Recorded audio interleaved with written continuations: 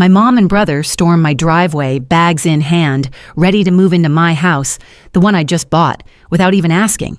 I'm Kieran, 30 years old, and I've spent years scraping by to call this place mine, only to hear her say, "Jasper needs it more." It's a gut punch, right? From guilt trips to threats, they push me to the edge, until I push back, deed in hand, ready to fight for what's mine. But here's the kicker. Would they stop? Or was this just the start of something bigger? I've got a wild ride to share. Stick around to see how it unfolds. What would you do if your family tried to take what you'd worked so hard for?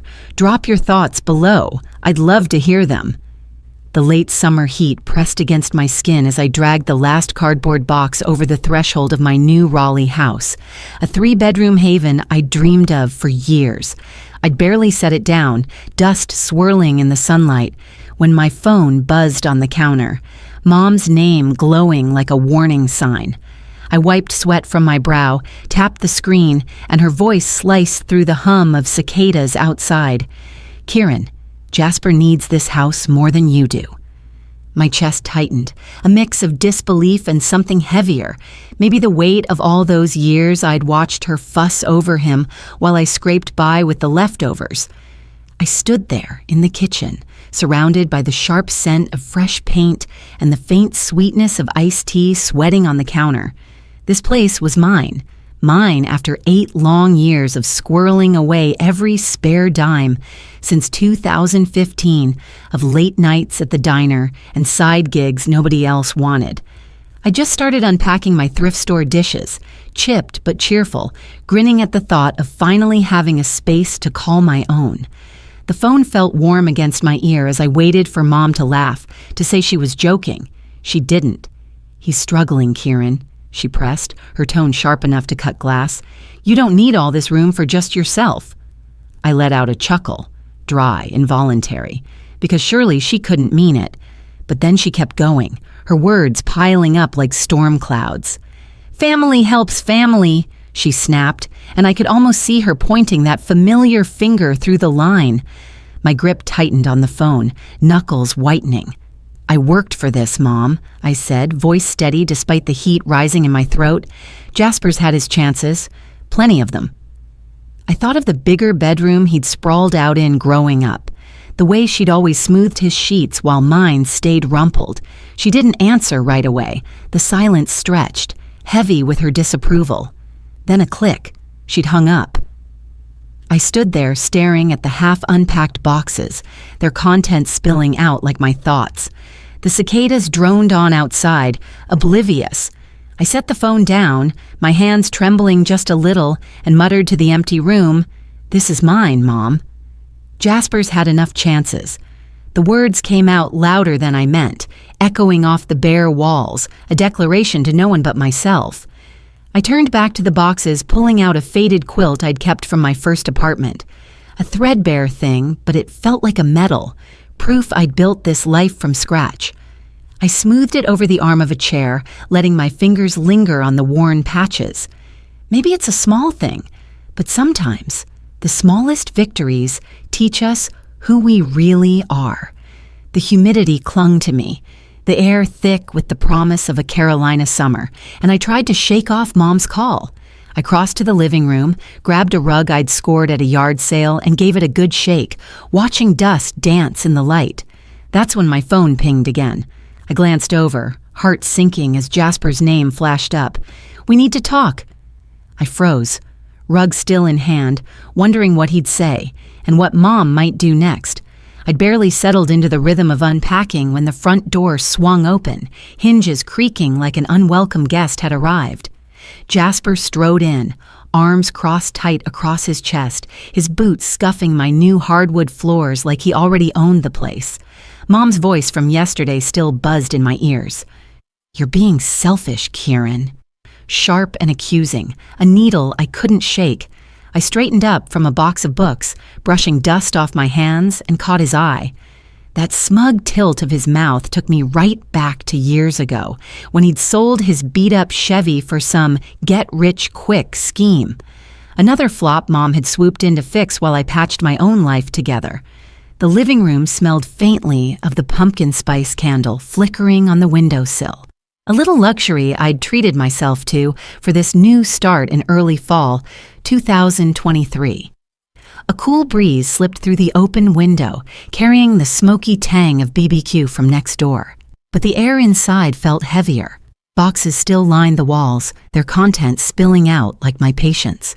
Jasper flopped onto my secondhand couch, springs groaning under him, and started scrolling his phone like he was waiting for me to roll out a welcome mat.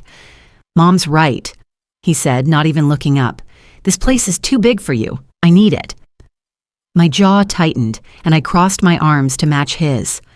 "I earned this, Jasper," I shot back, voice low but firm. "You've been living off handouts your whole life." He shrugged, that lazy smirk spreading wider, like my words were just noise to him. "It's practically a done deal," he muttered, finally glancing my way. I pointed to the door. "Get out," I said, and after a long, smug pause, he sauntered off, leaving the echo of his steps behind. I barely had time to catch my breath before my phone buzzed again, rattling against the counter. Ramona's name flashed up, and my stomach knotted. I picked it up, her voice sliding through low and cold. "You'll regret not helping him, Kieran. I won't be there for you either." I froze. The candle's glow dancing in the corner of my eye, mocking my fraying nerves. She wasn't bluffing. She'd cut me off over this just like she'd always picked him over me. I started pacing, the floorboards creaking under my sneakers, each step a battle between the hurt and the fire building inside. "You don't get it, do you?" I said to no one, my voice rising. "I've carried my own weight while he's coasted." The phone went silent in my hand, but her words clung like damp air. I stopped by the couch, clutching its worn edge so hard my fingers ached, torn between the family I'd known and the life I'd fought for. Sometimes, I thought, holding on to what's yours takes more courage than letting go. The quiet didn't last. I crossed to the window, letting the breeze cool my face, trying to shake the weight of it all.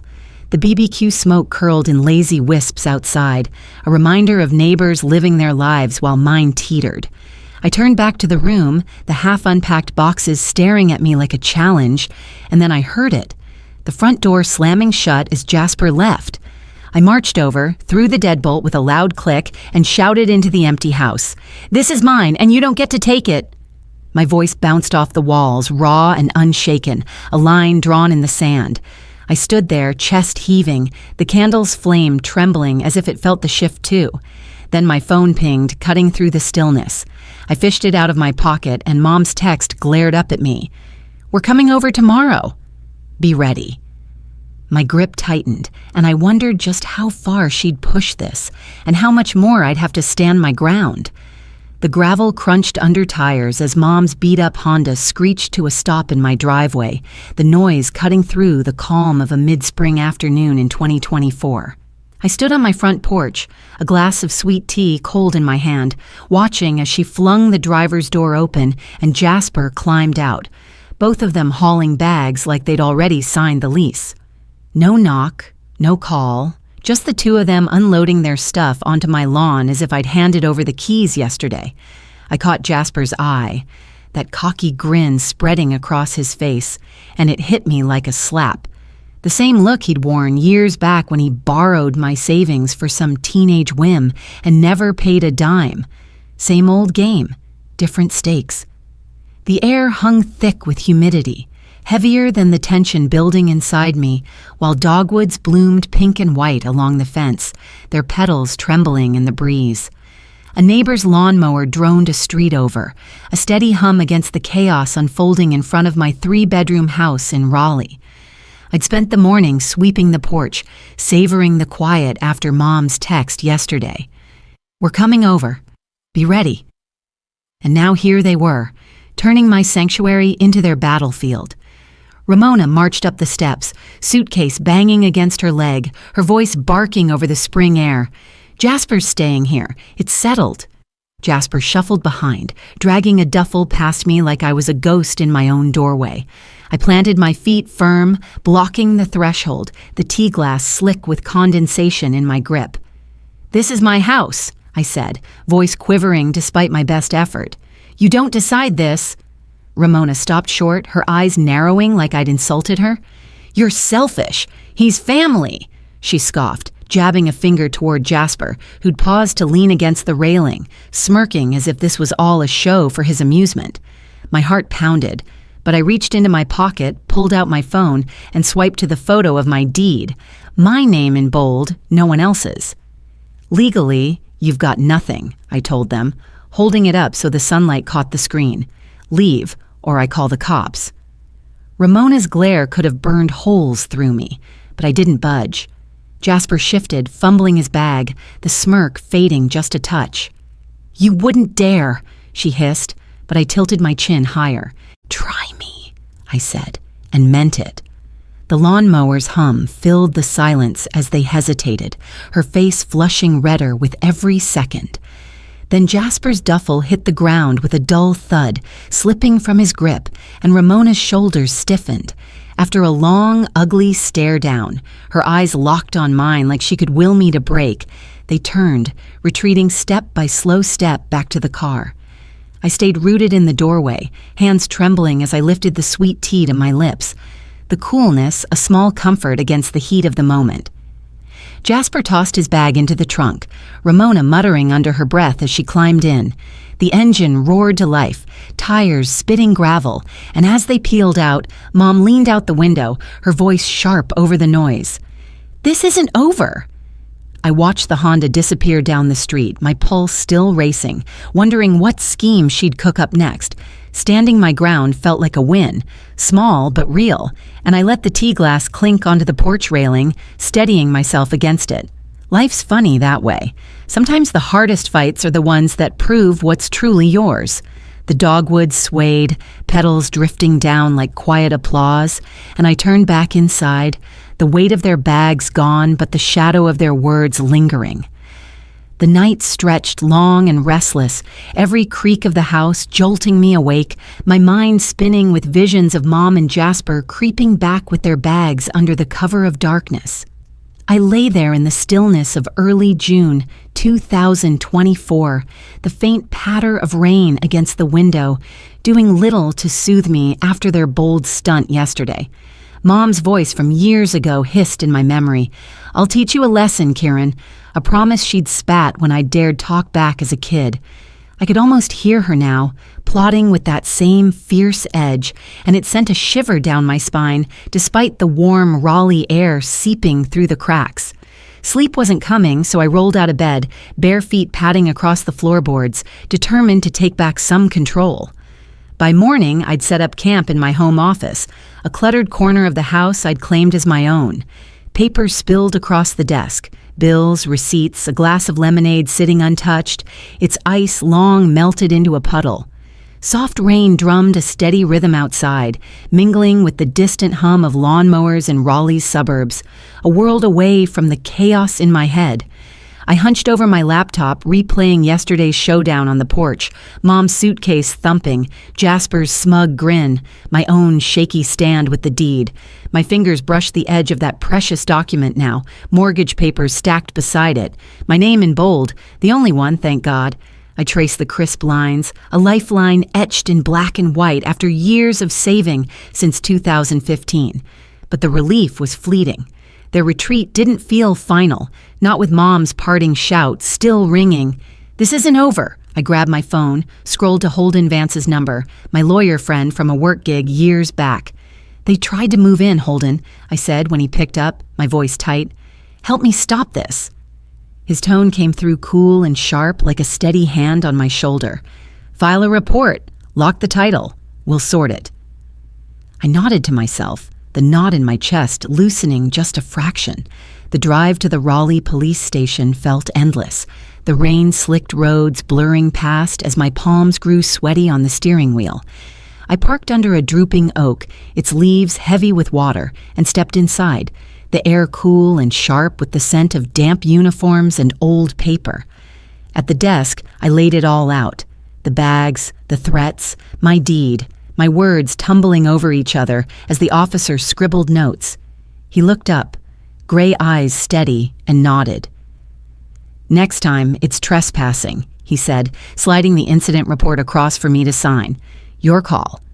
I scrawled my name, the pen shaking just a bit, and walked out into the drizzle, clutching the copy like a shield. Back home, I dialed Holden again, pacing the office as rain tapped the glass. "Reports filed," I told him, and his voice crackled back. "Good, you've got the ammo to sue if they push again." I stopped mid-step, exhaling long and slow, the ground finally steadying beneath me. It wasn't just a house, it was my life, and I'd fight to keep it. I sank into my chair, running my fingers over the deed's edges, years of diner shifts and double jobs staring back at me in ink. There's a quiet strength in knowing what you've earned, and I felt it then, solid as the walls around me. I crossed to the window, watching raindrops slide down the pane, the world outside soft and blurred. The lawnmowers had faded, leaving only the whisper of the storm and the hum of my own thoughts. I'd locked the door when I got back, double-checked it even, but the unease lingered. Mom's resolve was a force I knew too well. As if on cue, my phone buzzed on the desk and I hesitated before picking it up. The screen lit up with a voicemail notification, Mom's number glaring at me. I hit play, her voice spilling out low and biting. "You're making a big mistake, Kieran." I set the phone down, my hand steady now, and stared out at the rain. She wasn't done. Not yet, and I wondered what she'd pull next to test me. But for the first time, I felt ready. The deed beneath my fingers, a promise I wouldn't let slip away. The gravel in my driveway groaned under the weight of Mom's old Honda as it rolled up late in the afternoon, the sound snapping me out of a quiet moment on my porch swing. I'd been nursing a glass of sweet tea, watching fireflies start their evening dance, when she stormed out of the driver's seat like she owned every inch of this place. No hello, no nothing, just that fierce stride I knew too well. Jasper trailed behind, his lazy shrug catching the fading light, and it dragged me straight back to high school. Him leaning against the wall, smirking, while Mom tore into me over some mess he'd left behind. Same old dance, different stage, and now they were here again, days after that voicemail warning me of a big mistake. My stomach tightened, but I set the tea down and stood, the humidity of late June 2024 pressing against me like a second skin. The front yard smelled of charred burgers and hickory smoke drifting over from the neighbor's BBQ, a lazy curl of gray against the dusk sky. Fireflies winked in the corners of my vision, their glow a soft contrast to the tension thickening the air. Ramona barreled toward me, her finger jabbing like a spear through the muggy heat. "You think you can shove us out?" she barked, voice loud enough to drown out the crickets. "I raised you. This house is ours." Jasper hung back, leaning against the car with that smug tilt to his mouth, hands stuffed in his pockets like he was waiting for her to hand me the deed herself. I stepped onto the grass, bare feet sinking into the warm earth, and squared my shoulders. "You raised me to work hard," I said, my voice steady despite the raw edge creeping in. "I did. Jasper didn't." Her eyes flashed, a snarl twisting her lips. "Keep this up and you're out of my will," she snapped, her words landing like a slap. "Jasper gets it all." I let out a sharp breath, the sting of it cutting deeper than I'd expected, but I wasn't bending. Not now. I reached into my pocket, pulled out my phone, and swiped to the police report I'd filed last week, the screen glowing stark in the dim light. "Here's the line you don't cross," I said, holding it up for her to see. Then I dug into my other pocket, fished out an old family photo, me, Jasper, her, faded from years in a drawer, and tossed it onto the grass between us, a crumpled relic of better days. "Try anything else and I press charges," I told her, my voice hard and final. "We're done." Ramona froze, her gaze locking on that photo fluttering in the breeze, her face draining of color for a split second before rage flooded back in, red and fierce. Jasper's smirk faltered, his shoulders stiffening as he glanced between us. She took a step forward, then stopped, her breath heaving like she'd run a mile. "You ungrateful," she started, but I cut her off with a look, standing taller than I felt. She glared, eyes boring into mine, then spun around, yanking Jasper's arm so hard he stumbled. They shuffled back to the car, her muttering curses under her breath, his duffel dragging behind like an afterthought. The engine roared, and they peeled out, tires spitting gravel across my lawn. "You'll regret this," Mom shouted out the window, her voice slicing through the dusk, and I stood there chest tight, wondering if she meant it or if I'd finally pushed her too far. The Honda's taillights vanished around the bend, leaving the yard silent except for the faint sizzle of the neighbor's grill and the firefly's gentle glow. I bent down, nudging the photo with my toe as it caught the breeze, its edges curling up like it wanted to fly away too. Relief washed over me, cool and sudden, but there was a hollow ache beneath it, a piece of me still tied to those faded smiles. I kicked at it lightly, letting it settle into the grass and straightened up, the weight of their leaving settling too. Sometimes standing up for yourself means letting go of what once held you together. I turned back to the porch, the swing creaking softly as I sat, the sweet tea still cold against my palm. The night closed in, fireflies weaving their light through the dark, and I waited, half expecting another shadow to roll up the drive. But for now, it was just me and this house I'd fought to keep. The dusk had barely settled over Raleigh when I felt the quiet wrap around me that night, deep and unbroken. No buzzing phone, no pounding door, just the gentle hum of my house settling into itself like it finally knew it belonged to me. I sank into the couch in mid-July 2024, the weight of the day, of all the days, slipping off my shoulders as I stretched out, bare feet brushing the new rug I'd laid down last week. It was a simple thing, that rug, but it warmed the living room floor like a promise kept. I thought back to a vow I'd whispered to myself as a kid, hiding in my tiny bedroom while Mom's voice boomed through the walls. No one would ever take what I'd earned. My fingers brushed the deed resting on my lap, its edges soft from handling, and I smiled faintly. I'd kept that promise, through every shout and shove, and now here I was, free. The room felt different now, lighter without the clutter of boxes that had lined the walls for months. A pitcher of sweet tea sat on the coffee table, condensation beating on the glass, and crickets sang a steady chorus through the open window, their song weaving into the warm night air. I'd spent the afternoon dusting shelves, arranging books I'd hauled from my old apartment, little pieces of a life I'd built step by stubborn step since 2015.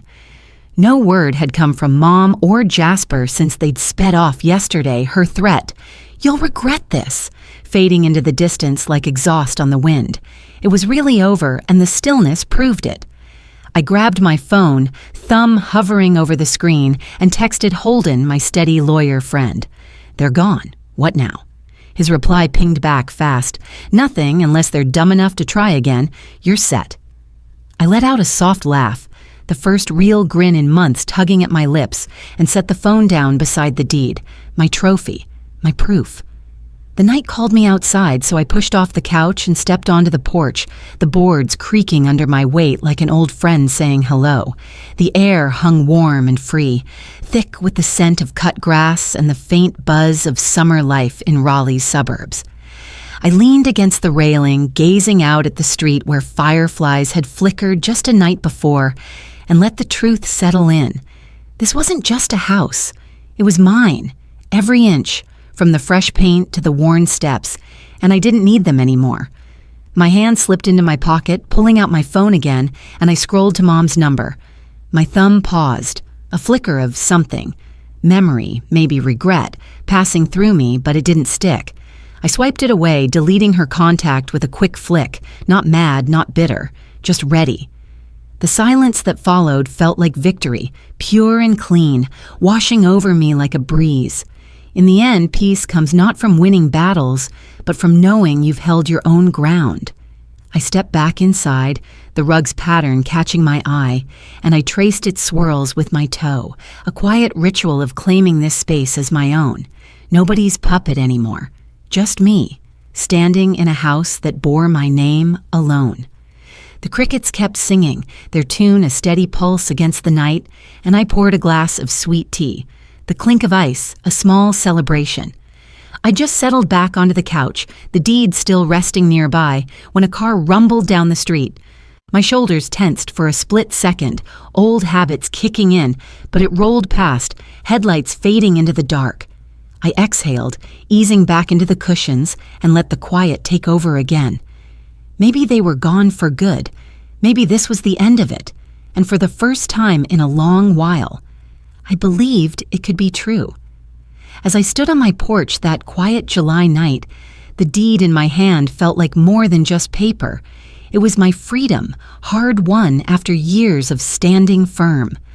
Life's taught me that family ties can bend and break, but holding on to what you've built with your own hands brings a peace worth fighting for. If this little tale of mine stirs something in you, I'd love to hear your thoughts, maybe over a glass of sweet tea someday.